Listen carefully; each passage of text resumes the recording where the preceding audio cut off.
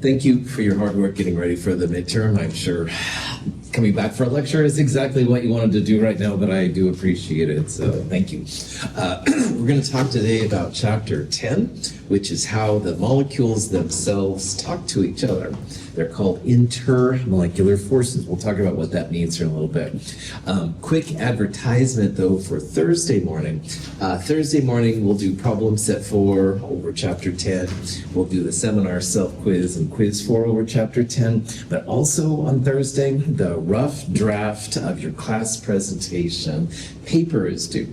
And the rough draft to me means 3 things. All right, number 1, there's a cover sheet in the syllabus or in the class presentations frequently asked questions. That's going to be your cover page for the rough draft.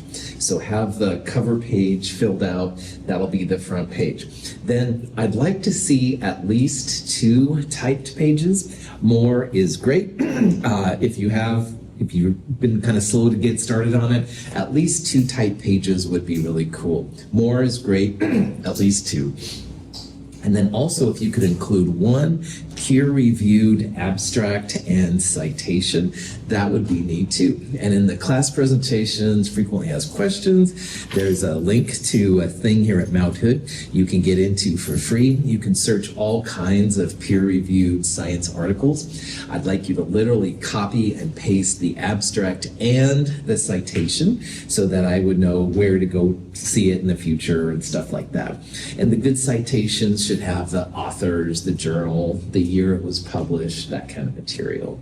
So rough draft cover page from the syllabus, 2 typed pages or more, at least 1 peer-reviewed citation and abstract.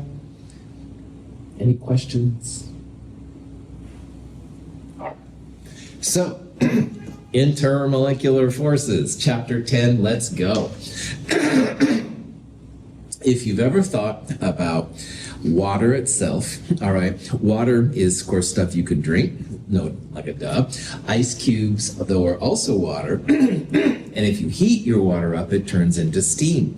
Now, the interesting thing, at least from the chemist's perspective, is that all of those are H2O, and all of them freeze about 0 Celsius, all of them boil about 100 Celsius.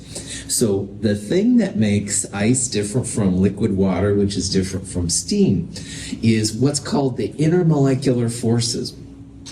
So intermolecular forces are different from the other forces we've seen so far in chemistry. When we've talked about covalent bonds and ionic bonds and stuff like that, those are intramolecular forces, all right? So imagine the things that hold my body together, the skeleton, the muscles, those kind of things, all right? Those would be the intramolecular forces that hold me together. On the other hand, I come over here to Caitlin, and you don't have to do this, but I say, hey, Caitlin, what's going on? And I say, oh, thank you. Thank you. You didn't have to, but thank you. That would be an example of an intermolecular force between 2 people, all right? So the body has like intra things that keep it together. Intermolecular forces, like me shaking hands with Caitlin, that would be an example of what we're going to talk about in this section. Now, these kind of forces are weaker, all right? Proteus goes, man, Russell, you're too weird. Break it up. It would be easier for him, excuse me, to separate Caitlin and I shaking hands than it would be to, I don't know, pull my arm off or something morbid like that, okay? The forces that hold my body together are stronger generally than the forces that we would make by shaking hands or something like that. And that applies here in chemistry too. These intermolecular forces are not as strong as the inside ones, but they're really important, all right? It's what keeps liquids liquids and solids solids. It's how you turn liquids to solids, all this kind of stuff. So in this section, we're going to abbreviate IM forces as the intermolecular, the forces between 2 molecules, not the inside ones like ionic and covalent. Questions? Last comment, kinetic energy is what makes a solid versus a gas. So if you want to turn your ice into steam, you got to apply some heat to it, all right? On the other hand, you want your steam to go ice or liquid. You take away the energy, you cool it down. So kinetic energy has a big part in all this too. there are different names. Excuse me, God, I'm falling apart here. Different names for the different intermolecular forces. And this little diagram will help us not only to know what the names are, ion, dipole, hydrogen bonding, dipole, dipole, dipole, induced dipole, and what I'll call induced dipole, which is also known as dispersion. That's one of the parts where this is all helpful, but it's also a list of the strengths. So the strongest of all these forces will be the ion dipole force, and the weakest of all these forces will be the induced dipole or dispersion force. So refer back to this, but these really help chemists to figure out why melting points are different, why boiling points are different, all that kind of stuff. Gas phase sodium ion enters water. It becomes surrounded by water molecules, or hydrated. The ion-water connection results from ion dipole forces, indicated by a dotted line. It is difficult to determine the number of water molecules around a hydrated ion, but 6 is a good estimate for most cations. The ion dipole force is one of the strongest of these intermolecular forces. And an ion is something with a positive or a negative charge. So when sodium ions enter water, this sodium ion is something that has a charge. It's positive. That's going to be the ion. Now, a dipole, if you remember from Chem 221, if you draw a Lewis structure like water here, water has 2 lone pairs and 2 bonding pairs to hydrogen. Everything around the oxygen is not the same. Like it's not all hydrogen or it's not all chlorine. And when you have this kind of situation, that means that this molecule is polar. And if you wanted to measure how polar, how unequal the electrons are, you could actually measure the dipole. So when you see dipole in this section, think polar molecule, all right? Water is a great polar molecule. Those hydrogens pull differently than the electrons. We're going to see it has some really wild stuff. So something with an ion approaches something that's polar, like water. That's where this ion dipole force comes. These little symbols are partial negative and partial positive charges. Oxygen is a little bit more negative in water.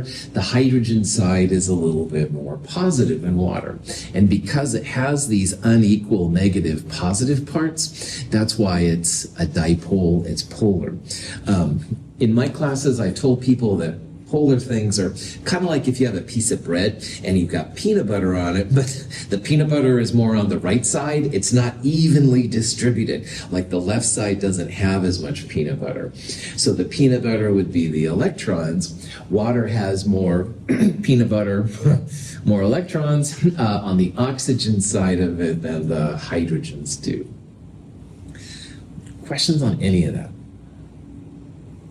Okay, so if you see sodium ions in water, if you see chloride ions in water, if you see sodium ions in anything that's polar, that's where this ion dipole force kicks in. This is the force that's responsible for when ionic compounds dissolve in water. So it's a pretty powerful force. The hydration part is what makes it so powerful. Hydrogen chloride molecules are polar. When HCl molecules in the gas phase are cooled, the kinetic energy of the molecules can no longer overcome the dipole-dipole forces between them. The opposite ends of the molecules attract each other and coalesce to form a liquid. Hydrogen chloride, HCl, is also polar. That Cl wants electrons more than the hydrogen, so it pulls the peanut butter electrons its way. It's the negative side, and hydrogen's the positive side.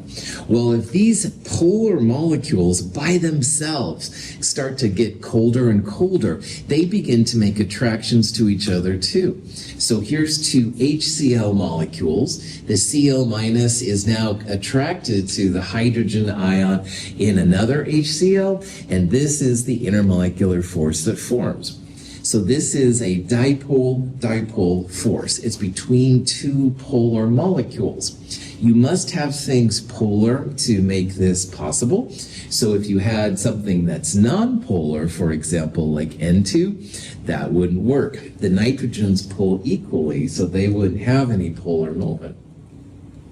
So dipole, a little weaker than ion dipole, but still pretty strong. You must have items which are polar. Now, these examples right here, compare the two brown ones and the two green ones. The two brown ones here, the boiling points are more or less dependent on two things. One of them is the molar mass or molecular weight. You can see that those numbers here are equal.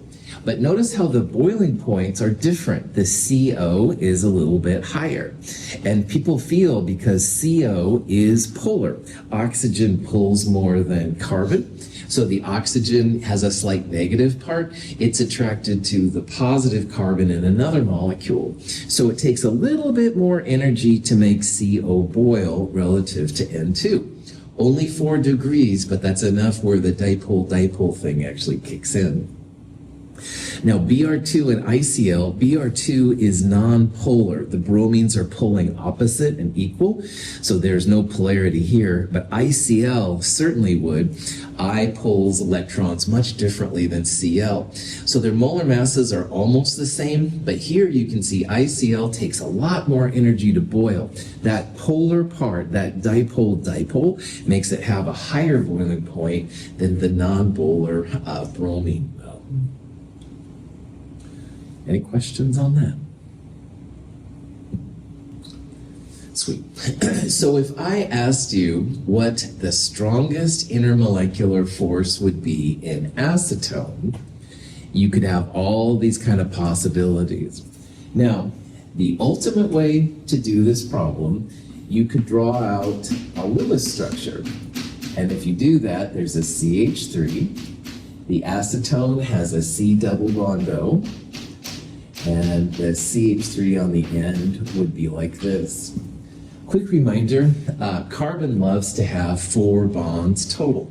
So if you had just a single bond there, carbon wouldn't be happy. So a double bond O is pretty common. Anyway, the important part here, this carbon has a CH3 on one side, a CH3 on the other side, and a double bond O. So not everything is the same around that molecule. That makes this a polar molecule. And polar molecules are going to have the dipole force.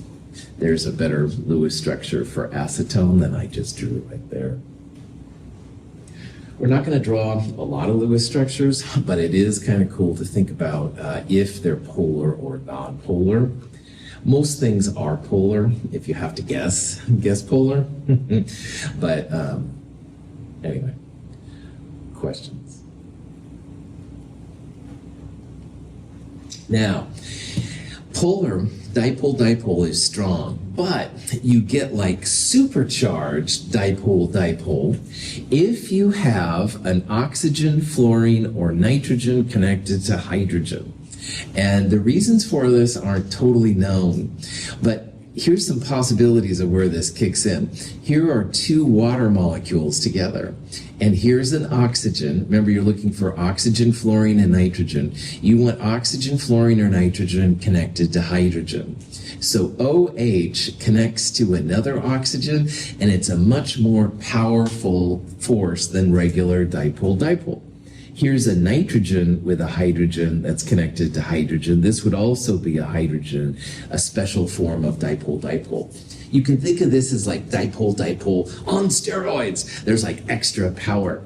And so the hydrogen bonding force is another intermolecular force, but it's like dipole with more power than a normal polar would be.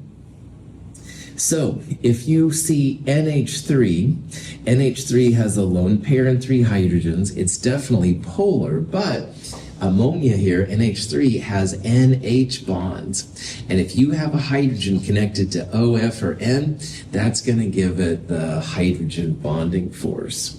Our DNA in our bodies keeps together the 2 strands based on the hydrogen bonding force. So it's pretty powerful.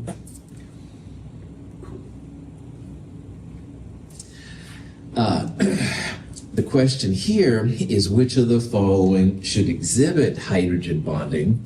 And again, what you want is you want a hydrogen connected to O, F, or N. So right away, A, you can see A has an H connected to an F.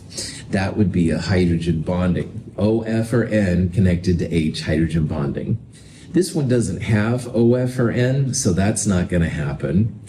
This one, if you draw the structure out, there's a CH3 on the left right here, and there's a CH3 on the right. But in the middle, it's just an oxygen.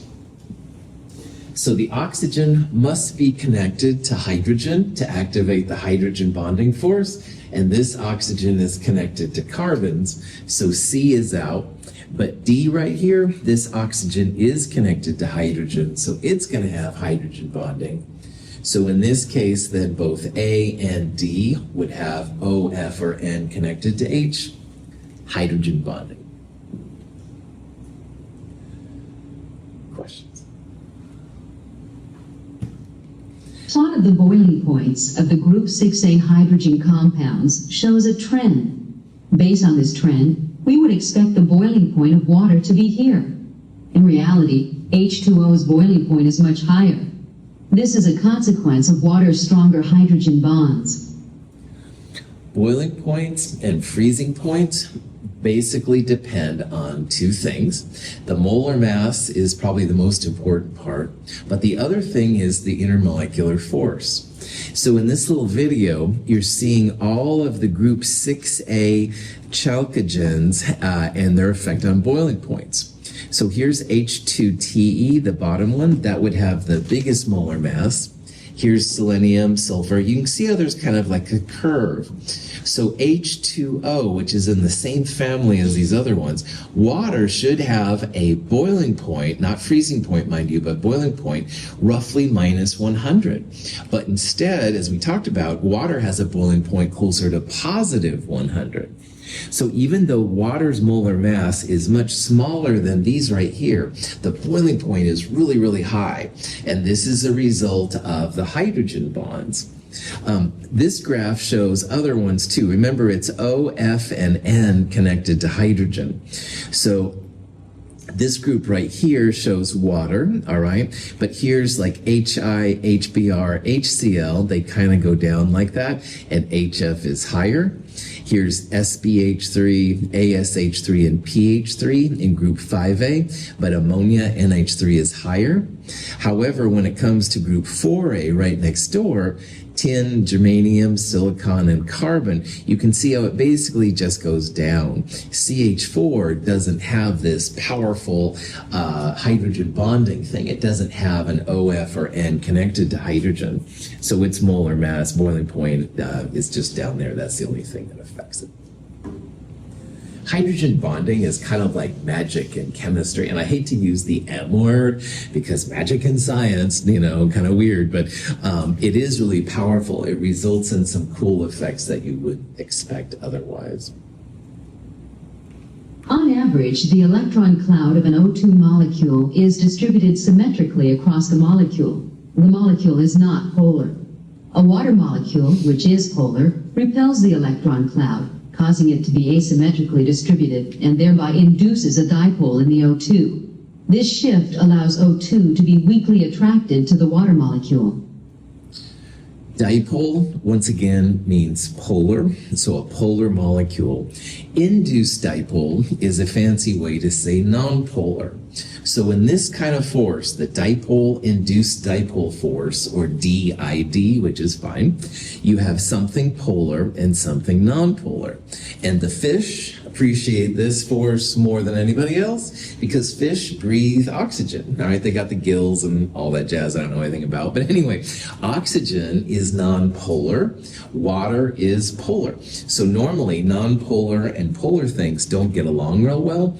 But in this case, the polar nature of water induces a dipole on something which is nonpolar. So oxygen doesn't usually have a positive or negative. It's equal, but water is able to push itself, if you will, onto it and make a dipole where one doesn't exist. So the oxygen does get into the water. It gets down to the fish. The fish can breathe. Woo-hoo. Fish friendly. If you've used in medicine, they use sometimes an iodine solution, betadine or whatever they call it. That's basically iodine, which is nonpolar, in ethanol, something polar, and it dissolves well enough that you can make that happen. So dipole means polar, induced dipole means nonpolar, and that polar part pushes itself onto the nonpolar part, making it bipolar all of a sudden. An iodine molecule has, on average, an electron cloud that is symmetrically spread over each iodine atom. I2 is not polar. The attractions or repulsions between the atoms of I2 molecules can distort their electron clouds. Dipoles can thereby be induced momentarily in neighboring molecules. In the flask is solid iodine. In the test tube is ice. When we heat the iodine, its weak induced dipole forces are overcome, and the iodine sublimes into the gas phase. The gas recondenses as a crystalline solid on the cold test tube. So this is the weakest force. It's when two nonpolar species come together. And if this force didn't exist, we would never have solids, which are nonpolar, or liquids. They would be perpetually just gas. So the induced dipole, ID, some people call it London dispersion, whatever. This force is the weakest force because you have to make two things which are nonpolar all of a sudden attract, and that means forcing a dipole on them. So it's a very weak force, but it is important. You can make iodine molecules come together, become a solid. You can make things become a liquid, but it's very difficult to make things which are normally nonpolar become polar. Helium gas is a liquid at like 4 Kelvin. You have to get it just incredibly low temperature because it's so nonpolar. It doesn't want to make a polar molecule next to each other. So it's very hard to make the liquid molecules come together, which has to happen for the gas to become a liquid. So only at 4 Kelvin does helium begin to do this. That's kind of the extreme. Most things are a little higher than that, but it is a weak force. So at 5 Kelvin, you're going to have a gas, but a little less than 4 Kelvin, and you can have liquid helium, which is crazy. Any questions? Okay. So here's kind of an overview, once again, of the forces. Ion dipole, hydrogen bond, dipole-induced dipole, and the ID, they call it dispersion or London, same thing.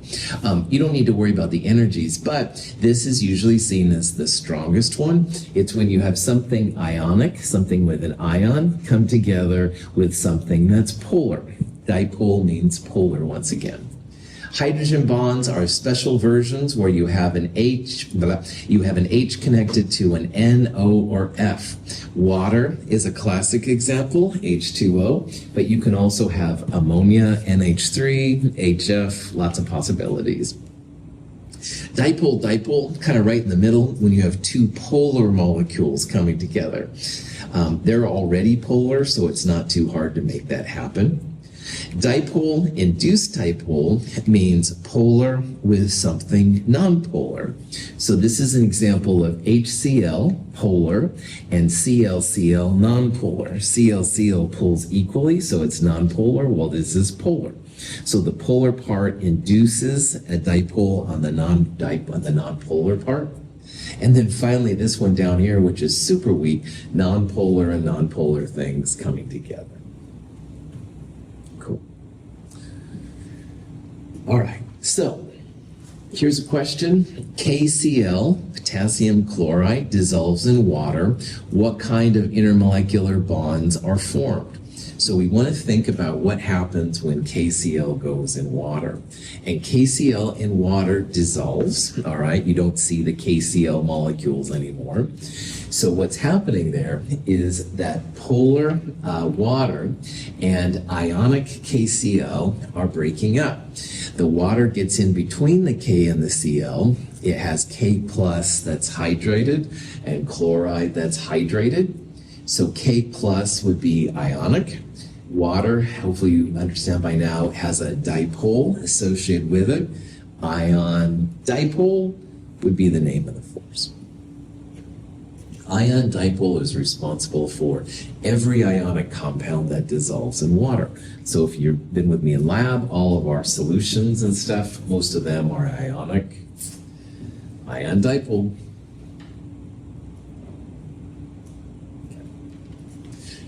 Now, liquids turning to gas, we can start to understand now what's happening based on these intermolecular forces. First of all, though, I just want to make sure we're all clear. When something evaporates or vaporizes, that's when the liquid goes to a gas. And you can take that liquid and condense it back into a liquid from a gas. So evaporation, liquid to gas, condensation, gas to liquid. And going from a liquid to a gas, you have to add energy, all right? Liquids and solids, we're going to see, have pretty good intermolecular forces on them. And we're going to see that gases have no intermolecular forces on them. So what happens is that energy goes into the liquid, vibrates them all like crazy. They can no longer shake hands, if you will, and they become gas molecules. So energy is required for all liquids to turn into gases. On the other hand, the gases will begin then to chill out and lose their energy, and then all of a sudden they begin to make liquids again. So you're going to actually remove energy going from a gas to a liquid. So liquid to a gas, it takes energy because you're breaking intermolecular forces. On the other hand, going from a gas back to a liquid, you're going to take that energy out, you're going to cool it down probably, and that's going to make those intermolecular forces appear. Molecules of a liquid have a range of kinetic energies. Some have enough energy to overcome intermolecular forces. If these high energy molecules are at the surface of the liquid, they can escape into the gas phase. This is an endothermic process. Cool. So having a liquid go to gas always takes energy. It's always going to be endothermic. What is the sign of an endothermic reaction? Does anybody remember? Is it positive or negative? Positive. My man, positive, that's right. Endothermic reactions will have positive values of enthalpy, so it takes energy to go here to here. If it's positive one way, it's negative the other. So if you go from a gas to a liquid, you actually get energy off. Your delta H would be negative in those cases. So liquids have an average amount of energy, all right? And the energy depends on the temperature. So this blue line and the red line, you can think about it, as a cold liquid versus a hot liquid. And most of the time, the cold liquid, it doesn't have enough energy to turn it into a gas. This dashed line here would be the amount of energy needed to turn your liquid into a gas. As you increase the temperature, i.e. go from blue to red, now most of the molecules are to the right of that dashed line, so most of the molecules will have enough energy to evaporate. However, notice that because of the distribution of energies, these blue and red lines are like the averages. Even at the colder temperatures, a little bit of the liquid will have enough energy to make a gas. And at the hotter temperature up here, even though most of the molecules will have enough energy to become a gas, there's still going to be some over there with a liquid. So this brings up the idea, which is called vapor pressure. And vapor pressure is literally a pressure above a liquid. In the case of the lower temperature, you don't have a lot of pressure over the liquid because it takes this dotted line amount of energy to make that happen. But even at the warmer temperatures, you're going to have more vapor pressure, even if you still have liquid. So this is actually kind of an important slide. All liquids have a vapor over them, a gas over them. PV equals nRT, all that stuff applies. We're going to see that vapor pressure will help us to understand when things boil. Even at very cold temperatures, you're going to have a little bit of vapor pressure. But as you increase the temperature, low to high, then you're going to have more and more vapor pressure over it, and it's going to be easier to boil. In a closed container, molecules move back and forth between the liquid and gas phases. If the rates of crossover are equivalent, the overall amount of substance in each phase remains constant. The system is said to be in a state of dynamic equilibrium. The liquid in the butane lighter is in dynamic equilibrium with the gaseous butane, which has a vapor pressure of about 2.4 atmospheres. When the valve is opened, butane gas escapes from the lighter. The system goes out of equilibrium, and liquid butane rapidly evaporates into the gas phase. When the valve is closed, the system quickly comes to equilibrium again, with a pressure of the butane vapor equal to 2.4 atmospheres. This is an example of a closed system. You've got a cap on it. So earlier I had my Coca-Cola product over here. Anyway, I opened the top and all this stuff came out, all right? In the closed system, like the pot before I opened it, the liquid underneath it, there was a little bit of gas over it. And this gas is important. It's called a vapor pressure. And that vapor pressure can be measured in millimeters of mercury, atmospheres, millibars, all the kind of things that we did. However, once I opened the top, then this stuff escaped. And this idea is used in a cigarette lighter. And of course, just say no, kids, don't smoke, etc., etc. However, if you use a cigarette lighter at concerts or whatever, anyway, what happens is there's a little bit of gas over the liquid. This is a compound called butane. And as the gas goes through here with the spark, that's where the light comes from. Now, after a while, if there's no more gas, there's no more flame. So you take your hand off of it, the gas will reestablish itself, and then if you flip it a few seconds later, then you'll have the vapor up again. So all liquids have a little bit of gas over it. And to be honest, solids do too, but it's not as important. And this vapor pressure over it is going to be really important to us. Questions on this?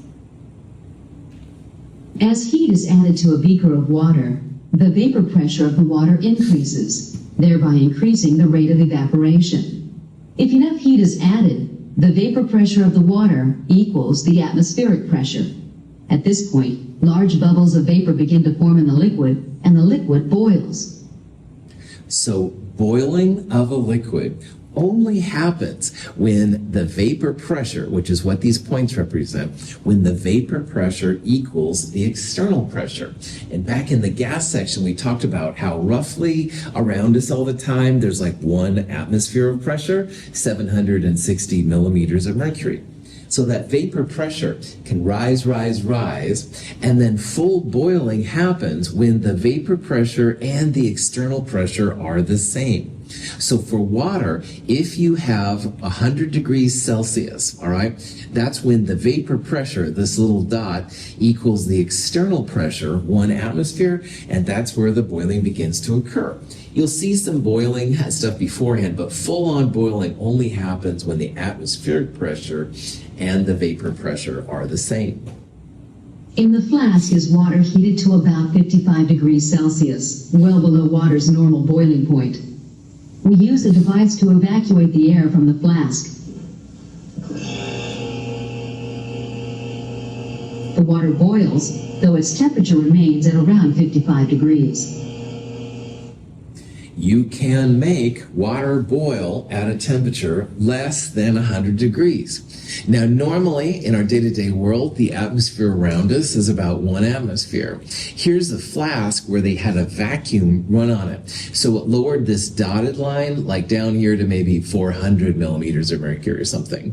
If you can get the external pressure down here, then the water would boil, say, at 80 degrees Celsius. If you got it down here to 200, it would maybe be 660 Celsius. So you can literally play with the boiling points of liquids, all right? In chemistry, this is really important. If you've got a compound that's going to decompose at 100 degrees Celsius, you don't want it to go there, but if you lower the pressure, maybe you can make the water boil at 60 degrees and your compound will be secure. This is kind of a cool concept. So you can change the pressure, the temperature at which your liquid boils. So true chemists will say the normal boiling point of water is 100 degrees. Normal just means that you're at 1 atmosphere of pressure. You're up at Mount Everest, you're down in Death Valley where it's higher pressure, you're going to see different temperatures for your boiling water. Heating the liquid water converts it to a gas, which pushes molecules of air out of the container. The inverted can traps the gaseous H2O when we place the can in cold water. The temperature change converts the gaseous water into liquid water, which occupies a much smaller volume. The can is crushed by the pressure of the atmosphere. If you have an aluminum can and you put a little bit of water in it and you heat the can up so that the liquid water inside the can basically becomes a vapor and it fills up the can, then at that point in the can you have only vapor, gaseous water vapor. So what they did in this example is they flipped it upside down into cold water, and that takes that gaseous water and recondenses it as a liquid. Well, gases have pressure, PV equals nRT. There's no pressure if you turn it into a liquid. So the outside pressure squishes the can and becomes this kind of mangled mess that you see. And this has happened like with tank cars that they use in trains. These cars were filled with some kind of liquid. Maybe someone thought, oh, well, cool, I'll wash it off or something like that. And the cold water turned the inside gas into a liquid and it squished the whole train car. Kind of crazy. This is something, if you look on YouTube, you can find silly things like this. But anyway, the pressure, really important, obviously, to chemists. Okay. Here are 3 compounds. Water, H2O, which is very polar, and it has 2 OH bonds, so it has extra powerful hydrogen bonds. This compound is ethanol. Ethanol has 1 OH bond, so it does have hydrogen bonds, but it's not as strong as water, which has 2 hydrogen bonds. And diethyl ether over here, this is a polar molecule. The oxygen has 2 lone pairs and 2 these groups on it. So it's polar, but it doesn't have hydrogen bonds. So the red line is the vapor pressure curve for diethyl ether. This hard to see kind of green line right there is the vapor pressure for ethanol, and water here is the blue line. And notice here how the vapor pressure curves determine the boiling points. So water boils at 100 degrees if the external pressure is an atmosphere, the normal boiling point. Ethanol, which by the way is drinking alcohol, just say no kids, anyway, 78.5 degrees Celsius. And then diethyl ether over here has a normal boiling point of 34.6. So this is kind of cool. The vapor pressure goes up as the temperature increases. So just like in the gas laws, PV equals nRT, P and T were opposite each other. So one goes up and the other one goes up. So here temperature is going up to the right, and all of these pressure curves are going up to the right as well. When that external pressure, the dotted line, equals the vapor pressure, the red, green, or blue lines, that's when the boiling occurs. So these values here are the normal boiling point. It's what would happen if you were at 1 atmosphere of pressure. And definitely these vapor pressure curves depend on the intermolecular forces. So diethyl ether has just dipole-dipole, which is the weakest of these forces. The ethanol has 1 OH bond, and the water has 2 OH bonds. So you've got extra powerful hydrogen bonds here, regular hydrogen bonds, and dipole-dipole. So definitely the stronger intermolecular force has the strongest vapor pressure, etc., etc. Yeah. Is there a point in our atmosphere where the boiling point of water goes below our body's temperature? And causing the moisture in our mouth or whatever to turn into vapor? Wow, right on. So it would be possible if you raise the temperature enough. Let's see. So you want the moisture in our bodies to turn into a solid? No, vapor. A vapor, okay. Yeah, so you could absolutely do that. Let's see. So you'd have to make it a vapor pressure. You'd have to turn it into a vapor, you have to lower the pressure. So yeah, you could have it normal room temperature, but you just lower the heck out of the pressure then. That would make our blood boil and stuff like that before probably the water turned into a gas. But in theory, yeah, you could totally do that. You would just play with this dotted line, all right? You would lower it down until you got somewhere here where the water would be under it. So like here, right about here, we'll say is 50 Celsius. If you were down to that pressure, then it wouldn't take too much to make your gaseous water, yeah. In a science fiction context, this is really cool stuff to think about because, yeah, you could do all this kind of jazz, but again, I think your body would boil and stuff before that, yeah. Very cool question. Other questions except why I think that water boiling, bodies boiling would be interesting, so good.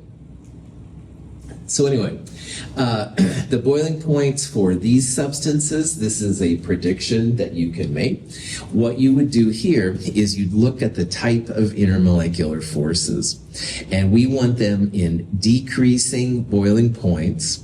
So we'd want the highest boiling point first and the lowest boiling point last. Well, the OH is like this OH, that's hydrogen bond, and that's one of the stronger ones. CH4 and H2 are both non-polar compounds. They're going to have that induced dipole. So whatever we do, the highest boiling point will certainly be the strongest intermolecular force, the OH hydrogen bond. Now, between these two, CH4 has carbon and 4 hydrogens. It's roughly 16 grams per mole. And hydrogen at 1 gram per mole, and there's 2 of them, this would be 2 grams per mole. 16 grams per mole versus 2 grams per mole. It's going to take more energy to boil a heavier molar mass than it will a lighter molar mass. So the best answer here would be A. Strongest intermolecular force would be the first one, and these are both the same intermolecular force, but this has a smaller molar mass. So it would be the easiest to boil of all these substances. Any questions, any of this? So this normal boiling point is important to chemists. You want your stuff to boil at different temperatures, and you can absolutely do that by playing with the external pressure. So you can have a boiling point at a different pressure, but a normal boiling point means you're at 1 atmosphere. It's kind of the standard. So water has a vapor pressure that's very well known at different pressures. And this is a table. This lists the boiling point of water at different pressures. So for example, these are all in millibar. In the lab, we used millibars. 1013 right here, that's 1 atmosphere. So at 1 atmosphere, the boiling temperature is 100. So Finley says, oh boy, I want my water to boil, we'll say at 45 degrees Celsius. Well, apparently at 100 millibars, you could make your water boil at 45 degrees Celsius. On the other hand, if you don't want your water to boil until it's about 122 Celsius, you can do that too. You would have to pressurize your system. So go from 1013 to 2150. That would be 2000. That would be almost twice as much as normal pressure would be. But again, if you're on a hardcore planet with a heavy pressure, this is something you could maybe experience. So anyway, you can absolutely play with the boiling points of compounds. They're not limited to just one value. Okay, so chemists are always interested in how much energy it takes to turn this one substance into another or one phase into another. So this is showing solids, liquids, and gases. Now, the things that we think about most of the time here on the Earth is we think about water. You can melt ice cubes to liquid water, and you can take your liquid water and evaporate or vaporize it to a gas. And likewise, you can turn gases back to liquids through condensation, and you can freeze your liquids back to solids. But believe it or not, you can also turn your solids into a gas. It's a process called sublimation. If you've ever used dry ice, which is basically solid carbon dioxide, which by the way you can buy at Fred Meyer's, stuff like that, that solid CO2 will quickly turn into a gas through a process called sublimation.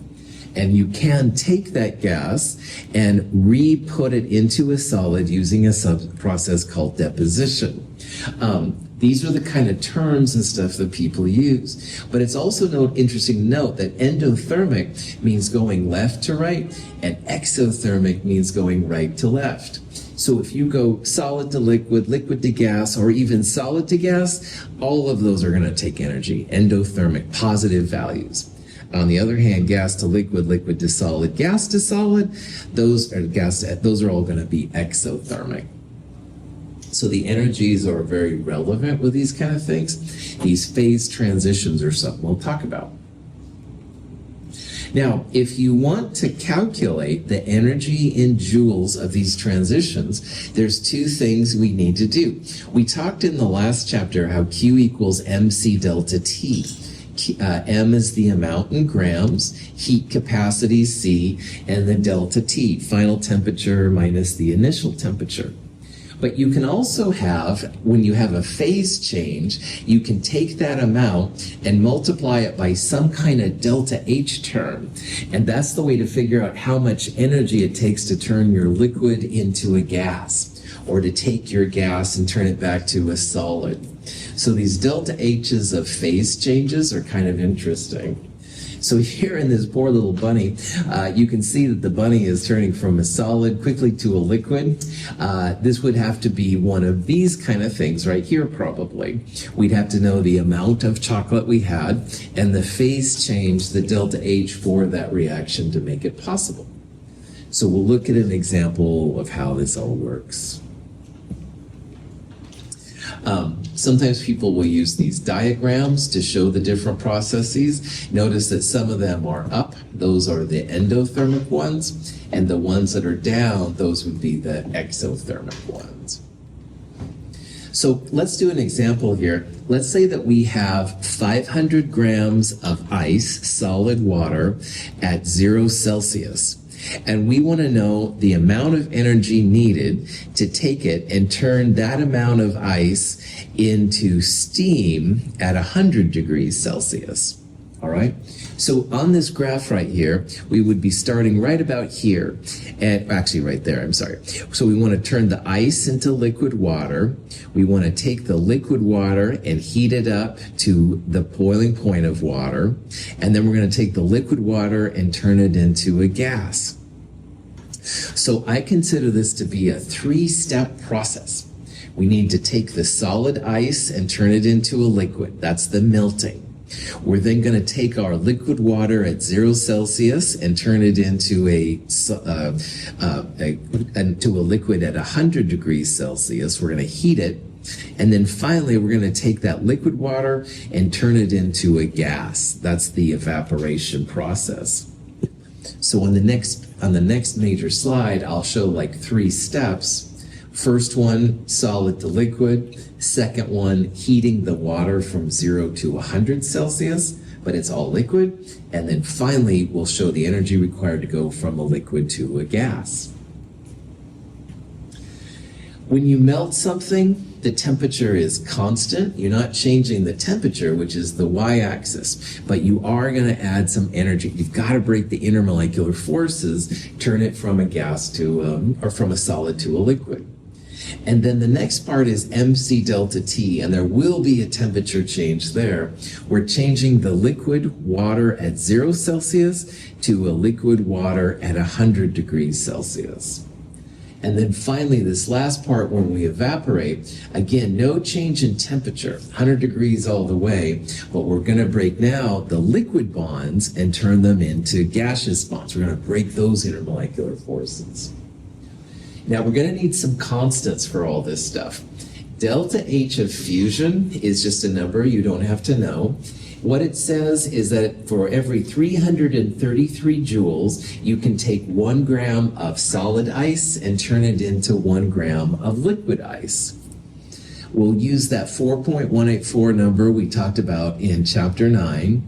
And this number, the heat of vaporization, says that for every gram of liquid water that you want to turn into steam, it's going to take 2,260 joules. So notice how it takes a lot more energy to turn a liquid into a gas than it does a solid into a liquid. All right? Those intermolecular forces must be completely destroyed if you turn them into a gas.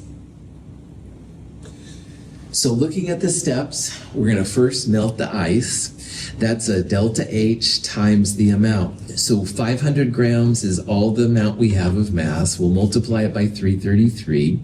1.67 times 10 to the 5th joules. That's the energy required to melt the ice.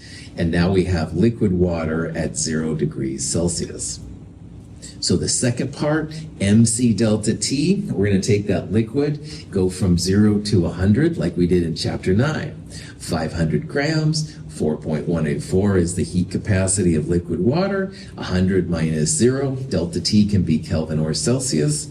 2.09 times 10 to the 5th. So it took almost as much energy to melt the ice as it did to heat the water from 0 to 100 Celsius. But now we're going to take that liquid water at 100 Celsius and turn it into gaseous water. And that's where this number right here pops in. So 2260 times 500, you get 1.13 times 10 to the 6th. It's a whole order of magnitude larger than the other ones. 10 to the 6th is larger than 10 to the 5th. But anyway, the total energy to make all this possible, if you add up these three numbers, 1.51 times 10 to the 6 joules. A lot of times people use kilojoules, so they'll divide by 1,000. 1,510 kilojoules. Any questions? All these numbers will be positive if you go solid to liquid, liquid to gas. If you wanted to do this problem, but turn 500 grams of steam at 100 Celsius into ice at 0 degrees Celsius, it would be this number, but the opposite sign. So that would be minus 1,510 kilojoules to take your steam and cool it down to ice at 0 Celsius. This is just a fun animation. They use these computer techniques to try and show how the liquid water and the ice water up here are changing. And you can see how it's kind of a gradual process. It goes back and forth and stuff a little bit. But after a while, because we're cooling it down in this example, you can see how more and more of the ice is being made relative to the liquid. These are the cool problems with computer simulation and stuff that they do. So. Questions? Okay, so a phase diagram is something that shows the phases of solid, liquid, and gas. And the y-axis will be the pressure, and the x-axis will be the temperature. And phase diagrams are pretty cool because it allows you to tell all the positions where you have a solid versus a liquid, where the gas will turn into a liquid, and stuff like that. So we've already talked about melting is when solid goes to liquid. Liquid going to solid is freezing. You can vaporize liquids to gases. You can condense the gas back to the liquid. And finally, you can also take a solid and sublime it to a gas. And that gas can be deposed or undergo deposition to go back to the solid. But there's also some other interesting things in here. For example, this triple point, which we'll talk about here in a little bit. But I think this might be a good place to take a break. So it's 11:01, 11:06 or so. We'll start back up.